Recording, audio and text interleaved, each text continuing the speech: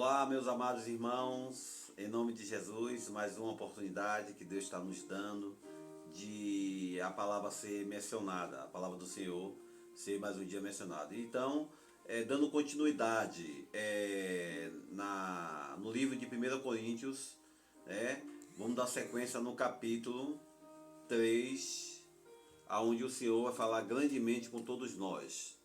Amém? Louvado seja Deus, que a graça e a paz esteja com todos, em nome de Jesus. Louvado seja Deus. Bom, no capítulo, voltando somente para a gente se lembrar, né, do capítulo 2, nós falamos da sabedoria que procede do Espírito, né? Toda a nossa sabedoria, ela procede do Espírito, não de nós mesmos, onde muitas das vezes nós se engrandecemos, achamos que nós somos sábios. Mas se vier de nós mesmos, são poucas as evidências de nossa sabedoria. Mas quando vem do Espírito Santo, aí sim vem toda a sabedoria de Deus, onde Ele nos deu o dom da sabedoria para que nós pudéssemos exercer. E Paulo exerceu esse dom dessa sabedoria que ele recebeu, né, com grande maestria, né, para poder aproveitar tudo aquilo que o Senhor vos deu. E você tem que aproveitar também tudo aquilo que o Senhor vos lhe dá, que é o dom da sabedoria, aonde você pode botar em prática tudo aquilo que Ele te ofereceu, aonde está dentro de você, e você muitas das vezes não explora esse dom aonde você tem. Vamos dar sequência aqui no capítulo 3, aonde ele vai falar claramente as divisões e contenda da igreja. O capítulo 3 todo, fala desse ministério. Então vamos aqui entender o que é que Paulo entendeu com isso, sobre essas divisões e contenda na igreja, aonde nós passamos no dia de hoje também pelas mesmas situações. Então ele fala assim: e eu, irmão, não vos pude falar como a espirituais, mas como a carnais, como a menino em Cristo. Com leite vos criei e não com carne, porque ainda não podeis, nem tampouco ainda agora podeis. Ou seja, uma vez que quando nós éramos meninos, né, as coisas que nós fazíamos é coisas de menino. Agora que nós estamos adultos, crendo e conhecendo a palavra do Senhor, as palavras espirituais, vamos torná-las espirituais, que é importante para todos nós. Então, quando ele fala no versículo 3, porque ainda sois carnais, né? Quando nós éramos crianças, passando por essa fase toda, né? Ainda éramos carnais, pois havendo entre vós inveja, contenda e dissensões, não sois porventura carnais e não andais segundo os homens. Então, quando nós estamos dentro dessa fase, todos nós andamos como homem, fazemos as coisas como homem, né? E muitas das vezes há um erro que a gente vem fazendo sobre essa dimensões. Né? No versículo 4 ele diz assim: porque dizendo um, eu sou de Paulo, e outro, eu de Apolo, porventura não sois carnais. Ele quer dizer, se nós achar, eu sou de Paulo, eu sou de Marcos, eu gosto de fulano, de Bertano, eu gosto do pastor tal, do presbítero tal, nós somos carnais, né? Não estamos sendo espirituais, porque a um só devemos adorar, a um só devemos estar dando esse olhar diferenciado, né, que é para o Pai Celestial, o Criador dos céus e da terra, e o nosso Senhor Jesus Cristo, que é o seu Filho amado, querido, aonde nos ensina o caminho da verdade, né? Então, porque dizendo um, eu sou de Paulo, e outro de Apolo, porventura não sois carnais? Pois, quem é Paulo? E quem é Apolo? Aí ele fala para todos nós, quem é Paulo? Quem é Apolo? Né? Se não ministros pelos quais crestes e conforme o que o Senhor deu a cada um. Então, eles recebeu do Senhor aquilo que ele deveria, não deve estar botando, deveria ou no passado, então, está no passado, deve estar no presente, deve estar botando sempre no contexto. E esse deve é no presente dele, naquele presente que é o passado, mas era o presente dele naquele momento. E nós estamos falando aqui do nosso presente e falando do passado dele, né? Então, no 5 ele diz assim, pois quem é Paulo e quem é Apolo? Senão ministro, simplesmente ministro. Aí muitas das vezes a gente se pergunta quem é fulano, quem é Bertano para estar se engrandecendo dessa forma, que ele simplesmente se denomina com alguma coisa que muitas das vezes a palavra até diz, que depois eu vou falar no livro de Mateus, né, no capítulo 23, no versículo 14 ou no versículo 10 a seguir, que pode estar falando sobre isso, que muitas das vezes você denomina, eu sou pastor, eu sou obreiro, eu sou diácono, eu sou presbítero, eu sou diácono. E muitas das vezes não faz por merecer esse chamado que tem e esse posto que é denominado para cada um, né? Então, no 6 diz assim, eu plantei, Apolo regou, mas Deus deu o crescimento, né? Então, ele fala que ele plantou, né? Apolo regou, mas Deus deu o crescimento. Por isso, nem o que planta é alguma coisa e nem o que rega não é nada. Mas Deus que dá o crescimento, sim, esse é algo importante, que deu o crescimento. Porque aquele que preparou, que plantou e regou, não significa nada para uma situação adequada, né? Por isso, nem o que planta é alguma coisa e nem o que rega, mas Deus que dá o crescimento. Ora, o que planta e o que rega são um, mas cada um receberá o seu galardão segundo o seu trabalho. Porque nós somos cooperadores de Deus, vós sois lavoura de Deus e edifício de Deus. Segundo a graça de Deus que me foi dada, pus eu, Paulo falando, né, como sábio arquiteto, o fundamento e o outro edifica sobre ele. Mas veja, cada um como edifica sobre ele. Porque ninguém pode pôr outro fundamento além do que já está posto, o qual é Jesus. Muitas das vezes tem pessoas que querem incrementar algo da palavra do Senhor, achando que está sendo correto. E o fundamento sempre é Jesus. O fundamento de todas as palavras, de todas as menções nossas é Jesus. Tem que ser sempre Jesus, né? Porque ninguém pode pôr outro fundamento além do que já está posto. Ele já pôs esse fundamento para nós. Só que nós insistimos, muitas das vezes tem pessoas que insistem em falar o seu próprio fundamento, né? No 12 está dizendo assim, e se alguém sobre este fundamento formar um edifício de ouro, prata, pedra preciosa, madeira, feno e palha, a obra de cada um se manifestará.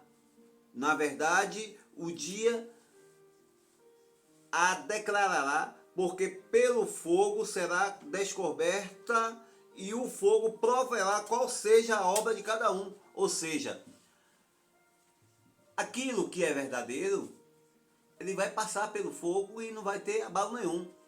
Nós temos um exemplo lá no livro de Daniel, né, aonde fala de Mesaque, Sedaque e Abednego, aonde verdadeiramente ele se mostrava ser homem de Deus e fiel ao Senhor e em só se curvar ao Deus vivo e não ao Deus de ouro, de prata, de barro. E quando esses homens foram para a fornalha, da forma que eles entraram, eles saíram perfeitamente.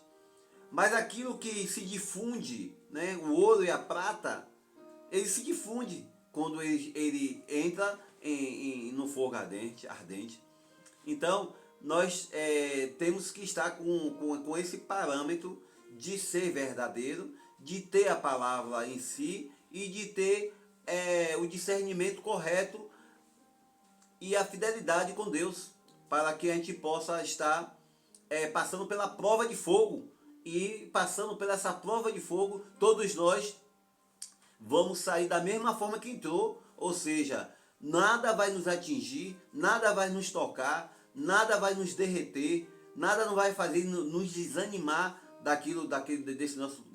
desse nosso propósito. É isso que é importante para o crente. A obra de cada um se manifestará, na verdade, o dia a declarará, como está dizendo no versículo 13, porque pelo fogo será descoberto e o fogo provará qual seja a obra de cada um. Aí no 14 está dizendo assim, se a obra que alguém edificou nessa parte permanecer, esse receberá galardão. Ou seja, se você sair da forma que você entrou, sair intacto e permanecer, você vai ter o seu galardão.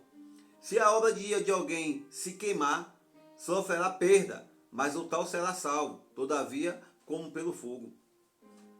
Não sabeis vós que sois o templo de Deus e que o Espírito de Deus habita em vós? Nós temos que estar com essa consciência que o Espírito Santo habita em nós, é morada nossa, é morada deles dentro de nós. Então precisamos estar diante de Deus, sabendo que tudo que nós for fazer, certamente, se nós viermos fazer coisa errada, o Espírito Santo vai nos conduzir para as coisas certas. Mas se nós viermos insistir a fazer o erro, o Espírito Santo sai e essa casa fica sem morada, né? E aí fica vaga. E aí quem vai entrar nessa casa é o espírito do mal, o espírito da desobediência, o espírito da contenda, o espírito da desavença e da inveja, né? Aqui ele fala claramente as divisões e contenda na igreja. Tudo isso vai acontecer, né? Tanto dentro da igreja como fora da igreja, né? No 16 está dizendo assim, não sabeis vós que sois o templo de Deus e que o Espírito de Deus habita em vós? Se alguém destruir o templo de Deus, Deus o destruirá. Se alguém lhe destruir que você é o templo de Deus, Deus vai destruir esse alguém, né? Que está dizendo aqui no 17. Porque o templo de Deus, que sois vós, é santo. Nós temos que ser santo para que nós possamos permanecer sendo o templo de Deus. No 18 está dizendo assim, ninguém se engane a si mesmo, se alguém dentre vós se tem por sábio neste mundo. Faça-se louco para ser sábio. Ou seja, não se acha, a pessoa se achar sábio demais, a pessoa tem que automaticamente se fazer louco para se fazer santo, né? Ou sábio. Porque a sabedoria deste mundo é loucura diante de Deus, pois está escrito, ele apanha os sábios na sua própria astúcia. Olha que forte isso, muito forte, né? Que Deus apanha os sábios na sua própria astúcia, ok? Ou seja, naquilo que você está querendo fazer, achando que está fazendo uma coisa boa, você está fazendo simplesmente uma astúcia, coisas ordinárias, coisas que para Deus não vai ter serventia nenhuma. Então são coisas não benéficas para Deus, né? Então no 19 está dizendo assim, porque a sabedoria deste mundo é a loucura diante de Deus, pois está escrito, ele apanha os sábios na sua própria astúcia. No 20 está dizendo, e outra vez, o Senhor conhece o pensamento dos sábios, que são vãos, ou vãs. Portanto, ninguém se glorie no homem, porque tudo é vosso. Seja Paulo, seja Apolo, seja Cefás, seja o mundo, seja a vida, seja a morte, seja o presente, seja o futuro, tudo é vosso. E vós de Cristo e Cristo de Deus. Esse é o capítulo 3, onde fala dessa divergência onde há dentro da igreja e contendas que há entre os próprios irmãos. Muitas das vezes, um falando mal do outro, um querendo ser melhor do que o outro, um falando da roupa do outro, um falando do batom, no geral, né? No contexto geral. Um falando que um chega cedo, outro fala que chega tarde, um porque o irmão não foi para a igreja, outro porque... Quer dizer, fica colocando coisas absurdas dentro dessa situação. Aí, para complementar essa situação, né, no livro de Mateus, no capítulo 23, está falando aqui sobre essas, né, a condenação da religião fingida. Aí fala assim: mas ai de vós, escribas e fariseus hipócritas, pois que fechais aos homens o reino dos céus, e nem vós entrais, e nem deixais entrar os que estão entrando. Muitas das vezes, dentro da própria igreja, há uns escribas desses, há fariseus, que fecham as portas para os homens, para aquele homem que está querendo ser um homem de Deus. E muitas das vezes, com a ignorância, com a prepotência, eles fecham o reino do céu para essas pessoas, e as pessoas voltam a fazer o que fazia antes. E aí sai das suas denominações e volta a fazer o que estava fazendo antes. E aí o Senhor está dizendo aqui, nosso Senhor Jesus Cristo, diz que se ele fechar essas portas para esses homens que não deixarem entrar, e ele também será fechada as portas dos céus para vós também.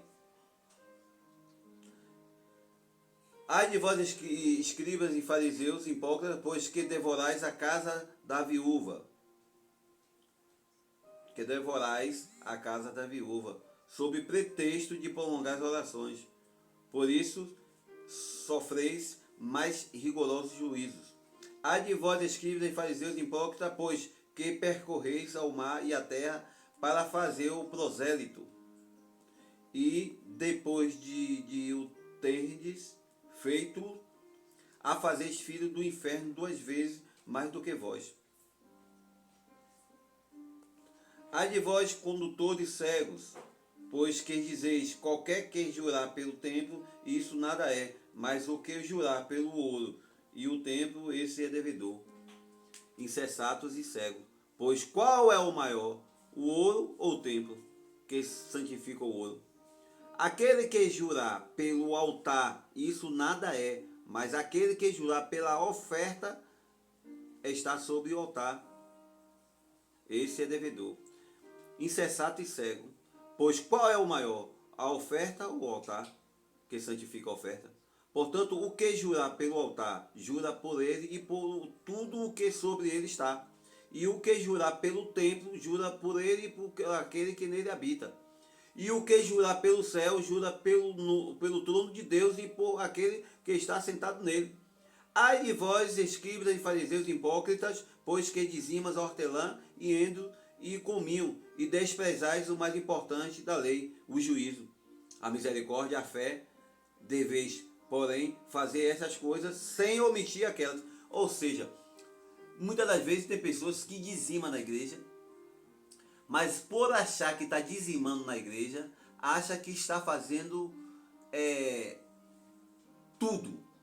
E aí muitas das vezes acontece o quê? Essa pessoa que está dizimando, ela vai e muitas das vezes, o que a palavra está dizendo aqui no versículo 23, né? Que despreza o mais importante, que é a lei e o juízo de Deus, né? A misericórdia e a fé, que não tem, né? Deveis, porém, fazer estas coisas sem omitir aquelas. Ou faz o dízimo, mas não omita as outras coisas. Achar, porque pode estar dando dízimo, pode xingar. Porque está ofertando, pode trair. Porque está dizimando e ofertando, que pode estar mentindo. Que está dizimando e ofertando, porque pode estar desejando mal ao próximo. Porque está dizimando e ofertando, quer ser mais crente do que o outro.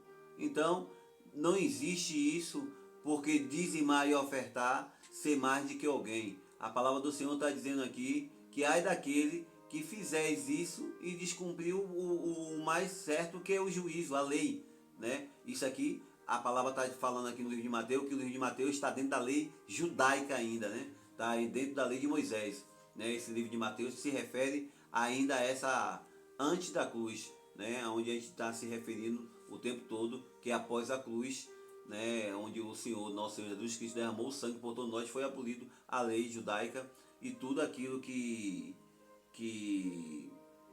permite a esse passado, né?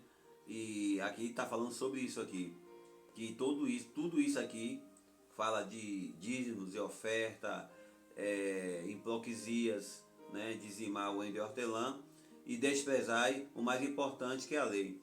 Essa lei era uma lei carrasca, onde tudo era na base da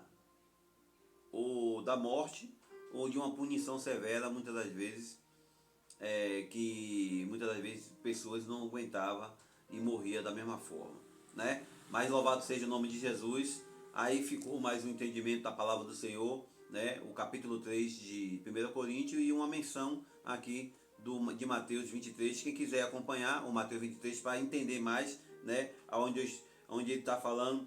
Então falou Jesus à multidão e aos seus discípulos, né? Dizendo que na cadeira de Moisés estão sentados os escribas e fariseus. É como hoje na prefeitura e no governo. Estão sentados no meio deles, do presidente, dos governadores, no meio deles pessoas hipócritas, né? Pessoas fariseônicas que estão atropelando a lei e fazendo as coisas incorretas, muitas das vezes prejudicando até o líder que está do lado dele, sendo a cabeça deles, para que possa estar tendo um bom governo, e muitas das vezes eles atrapalham mais do que ajuda, e aí termina confundindo todas as ações. E esses homens que são sentados no governo, tanto da presidência como do governo do estado e das prefeituras, muitas das vezes atrapalha muito mais do que ajuda, e termina levando junto com ele tudo aquilo que eles estão fazendo como obra dele, né, do líder, né? E muitas das vezes não é nem a obra do líder, é obra daqueles que estão sem sabedoria, né, e estão fazendo algo do homem, não da lei que parte perante a ele, né? E assim agradeço a oportunidade, que o Senhor abençoe grandemente a cada um em nome de Jesus, que a paz e a graça esteja com todos, em nome de Jesus. Amém. Louvado seja Deus.